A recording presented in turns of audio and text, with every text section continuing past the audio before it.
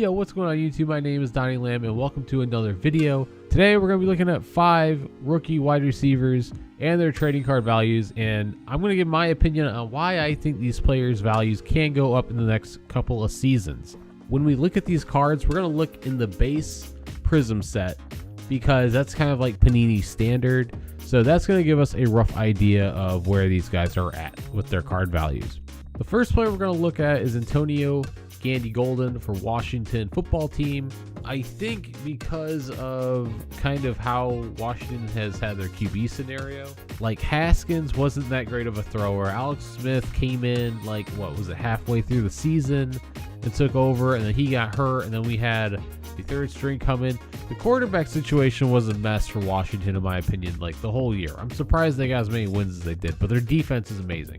I think next year, Alex Smith gets in there. He's healthy, 100%. He's going to be with Washington for another 2 seasons. That gives Golden some time to break out. Their wide receiver Cam Sims is going to be gone after the season. I think Antonio is going to get a chance to be on the field more and maybe getting more chances at targets and make a chance to make a big play or anything like that, especially when you have someone like Alex Smith who can throw the ball and, you know, work the passing game around.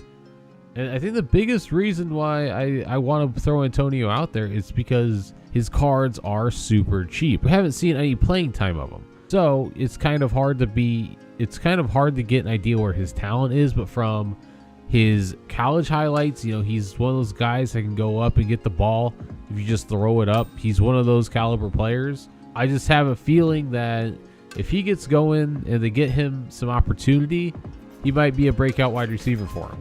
His base Prism is going for, this one sold for $150 with free shipping. Another one, $125 with $1 shipping, so $225.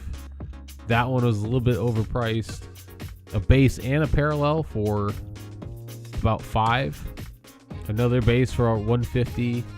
One base sold for $375. So like $3 and under, you could get a base Prism of Antonio Gandy Golden, which is pretty good. If he starts to take off, if he starts to get more looks and more opportunity, he makes use of them. I almost can guarantee that card could sell for, you know, 3 times the amount in probably like 2 seasons. So it's not a buy and flip really quick. It's more like a buy, hold, and see what happens. I think Antonio Gandy Golden has opportunity in Washington, especially if Smith can stay healthy for a full season or they have another QB that can sling it like Alex Smith can. All right, so number 4, I'm going to go ahead and say Denzel Mims. From what we've seen, Sam Darnold has his moments and more than likely not have his moments, but they just fired Adam Gase as their head coach. Whoever they get to replace might be able to get the offense going, get the passing going, maybe have some kind of strategy that helps Darnold out to get the ball to his receivers. Mims is already part of the starting group. This last season, he had 23 receptions, 357 yards, no touchdowns, only played in 9 games. He had a couple of 50-yard games, one 71-yard game. And then another thing is their other receiver, Breshad Perriman, he's going to be out after the season. Their other receiver, Braxton Berrios, who I'm pretty sure had a decent amount of looks over the season. Yeah, Berrios had 37 receptions for 394 yards and 3 touchdowns. He's only got 1 more season left. So I think with Perryman gone, at least, that should move Mims up, I would guess, like 1 receiver spot, which may give him more looks. So I think he has potential with that aspect. Now, Denzel's prices are kind of like medium range. You can get a good deal if you're, you know, patient and you're looking for the right listing. Like this one, $2. There's a couple of listings that are kind of overpriced, I feel like. So you're going to run into probably a lot of that. I mean, there's 2, a base and a prism or a refractor, $17.50. Now, the refractors are obviously going to be the primary card to try to get. I mean, with a base, I feel like you're paying just for the refractor itself. I feel like the base is almost like a freebie in that deal. Here's another one, 2 bases for $2. So he's kind of like one of those guys where you just gotta be patient, find the right listing. I don't think a lot of people are going to be going after him, even though a lot of these auctions are ending on the same day, January 10th. So it seems like there's a little demand for Mims, but I still feel like you'll be able to find some kind of listing and pick some cards up for pretty cheap. Now on to number 3, I'm going to go ahead and throw in Van Jefferson. Van Jefferson for the Rams. Now obviously you got Cooper Kupp, Robert Woods there, and Robert Woods is going to be there for a while. He's signed in until season 2025, so he's there for a while. So a player I kind of want to talk about is Josh Reynolds. I think he on the Rams depth chart is the 3rd receiver. So the thing with him is his contract is up at the end of this year.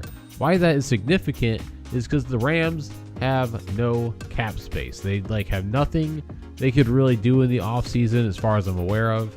It depends on what they would do in the draft. But what's significant about Reynolds is this season he had 52 receptions, 618 yards, and 2 touchdowns. Now, with him gone, if Van Jefferson moves up in that 3rd spot, he now has a chance to get more productivity. So, we might be able to see some increased targets to Jefferson and give him a chance to maybe do something. This season, he had 19 receptions, 220 yards, and a touchdown. In a lot of these games, he's only getting a couple of targets, and that's just because I'm pretty sure he's one of those guys that come on the field just to let one of the starters get a breather. So if he becomes a starter, that changes everything for him. So Van Jefferson, I think he's a good one to keep your eye on. Similar to Gandy Golden, pretty low for the most part. For the base Prism, 225. For a base and a parallel, 750, not too bad. One auction, 225 for a base and a parallel, that's pretty good. Even this 725 for a base and another parallel. And even this one right here, 24 for a parallel auto and a base, that's pretty good. $2 for a base. So he's, in that like $2 range. And then if you can snag like a decent auto parallel or another parallel for like an extra $5-7, who knows if next 2 seasons he's like, one of their one of their standouts like Cooper Kupp. I'm not comparing him to Cooper Kupp, but if he becomes like that kind of a player, his cards might shoot up. We don't know. But Van Jefferson, I'm going to stick with my number 3. Number 2, I'm going to get a little bit biased on. I'm going to go Jalen Reagor for the Eagles. He didn't really have as much productivity that I would have liked to have seen this year. 31 receptions, 396 yards, and 1 touchdown. Now, granted, this is part of because of her whole QB atrocity, or whatever you want to call what happened with Philly this year with, Carson struggles and then Hurts finally coming in. And all that, it was kind of just a crap show for Philly for the whole year. So I feel like watching the games, he broke away from a lot of defenders and the ball just didn't get thrown properly to where for him to make a play. So I'm not gonna cast a lot of blame on Reagor this year. And I think next year with firing Doug Peterson, we're gonna get a new head coach. That could change the entire offense. We might be a totally different team this year. And seeing Jalen Hurts play, I feel capable that he can make plays with whoever is on the field. I think Reagor is going to be one of the main guys to look for. Now, like the Rams, the Eagles have no cap space, so we can't really do anything as far as getting more receivers or anything. And Greg Ward, I know he doesn't play a factor in this, but he's gone at the end of the year. Deshaun Jackson, he's got one more season, and then he could potentially be out. So that might move Reagor up. I don't know who our number 1 would be right now. I think it gives Reagor a chance to get more targets and possibly get some more production. The thing is, for the position he's in, as far as up higher on the depth chart for Philly, and I think the ability he has, I think his cards right now are a steal. 3 base parallels, and I think this is a memorabilia piece sold for $9. There's a refractor parallel for 14, base for 4, 2 for 5. As far as trading cards go, I think he's in the best position to increase his value for the next 2 or 3 seasons.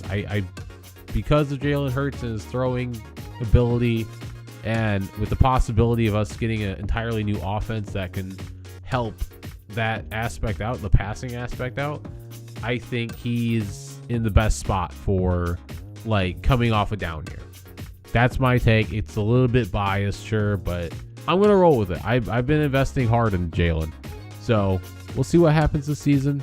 Now for the top, and this is going to shock probably a couple people. Granted, these numbers aren't in any particular order for better or worse or anything like that. It's just how they're coming out. I'm going to go Bryan Edwards for the last one. Now, the real focus for the Raiders is on Ruggs, and granted, his cards are fairly medium right now. They're not super cheap, but they're also not very expensive. Now, the reason I'm saying Bryan Edwards is because he had 11 catches, 193 yards, 1 touchdown. There's some changing in the roster. Much like the Rams and the Eagles, Raiders are in the negative for cap room, and Nelson Aguilar is on his last season. So he only signed a 1-year deal. He's gone after this year. And if you look at his numbers, he had 48 catches, 896 yards, and 8 touchdowns. Now, with him gone, Ruggs probably moves up, which means Edwards moves up. They don't have a lot of receivers. They have like 4 tight ends, but the receivers is not great. And granted, Darren Waller, he's pretty much a receiver, so you got to like put him at like the 2 or 3 spot. But unless they draft some wide receivers to fit into their starting lineup, I think Bryan Edwards gets notched up there on the depth chart, which means he's going to have more looks. His cards are really cheap for the, I'm going to say, opportunity he has because of, like I just said, like moving up the depth chart, all that. There was one that sold today. I was trying to bid with it. 3 base parallel or 3 base prisms sold for about 6. A base and a refractor sold for like 9, which a refractor is, like I said, it's what you want. So pretty good. Even though it's not prism, there was a mosaic refractor that sold for 4. A base 2, another base for 2. I just think he has a lot of potential to, for return on investment purposes, to be something. Like I said earlier, this isn't for like, a week and then flip it. This is a long-term hold to see what happens. Now, I know that's 5, but I do have one honorable mention that I'd like to throw in, and that would be Gabriel Davis. And with his position being on the Bills, he's the honorable mention because his cards aren't cheap like the other few, but he's just in a really good position where if you had the money, I would probably invest in him. 35 catches for 500, let's just call it 600 yards and 7 touchdowns. And they're still going in the playoffs. He's got Josh Allen at quarterback, who I know he's struggled with consistency in the last couple seasons, but this year has been really, really good. So that's in favor of Davis. Plus, having Diggs as your primary target for most defenses to like concentrate on might open up Davis for future games. John Brown only has 1 more season, so once John Brown's gone, he might have potential to move up in the depth chart. And Beasley's there for another 2 years. So we're looking for, once John Brown gets, off the team, they're not going to sign him back. He's going to be 32 in the year 2022. I don't see them signing him back. I think that gives Davis a chance to move up in the depth chart, providing opportunity to make bigger plays and have more chances to make something happen. And for his opportunity, you could pick his cards up for like a decent amount. $6 for a base prism is kind of like the standard, I would say. This guy got one for $3.25. Another one gets sold for $4 free shipping. Another one for $5. Another one for $5. So yeah, $5 for his like base card is pretty good for where he's at. I think he's got a lot of opportunity as well. Those are my takes on up and coming players and their opportunity for the next couple of seasons to increase their card values. These are just my opinions. I'm no financial guru or card investor expert. These are just things that I'm kind of just going off, instead of going from the elite guys that have already established themselves, like the Jeffersons, the CDs, the Jerry Judys, like those guys. I'm going in a little different direction where it's cheaper but may or may not turn out the way I'd see it. So that's going to do it all here, guys. Thank you for watching. If you guys enjoyed it, give the video a like down below. And if you're new and you like the content, subscribe and ring the bell so you know when the videos get published. And down in the comments, who's the guy that you low-key think's going to have a breakout couple of seasons down the road here soon? I'd be very interested to hear what you guys say and get your guys' opinions. Until next video, guys, take care. We'll see you soon.